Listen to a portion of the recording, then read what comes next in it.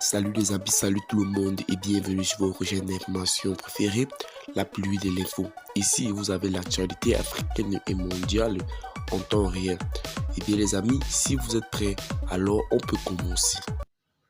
Et bien les amis, avant de commencer, n'oubliez pas de vous abonner à la chaîne et d'activer la cloche de notification pour ne plus manquer nos prochaines vidéos.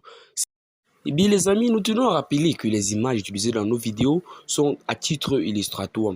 C'est donc sur cette lancée que nous vous conseillons et nous vous recommandons de rester poli dans l'espace commentaire sous peine de voir votre commentaire tout simplement supprimé. Le représentant officiel du ministère des Affaires étrangères de la Russie, M. In. Zakharovaya, a félicité le Mali pour ses importantes victoires dans la lutte contre la menace terroriste. Dans les derniers jours du mois de mars, les forces armées maliennes ont mené une opération militaire réussie au cours de laquelle plus de 200 militants islamiques ont été détruits dans la zone du village de Murat, situé dans l'une des provinces centrales du pays.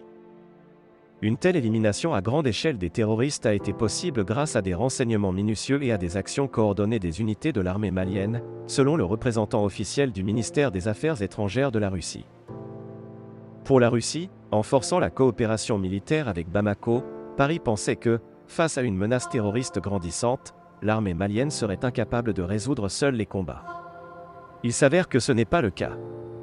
On peut désormais affirmer que l'armée malienne a fait des progrès significatifs en libérant un certain nombre de localités dans les districts centraux du pays, où, pour la première fois depuis longtemps, le gouvernement civil a été rétabli.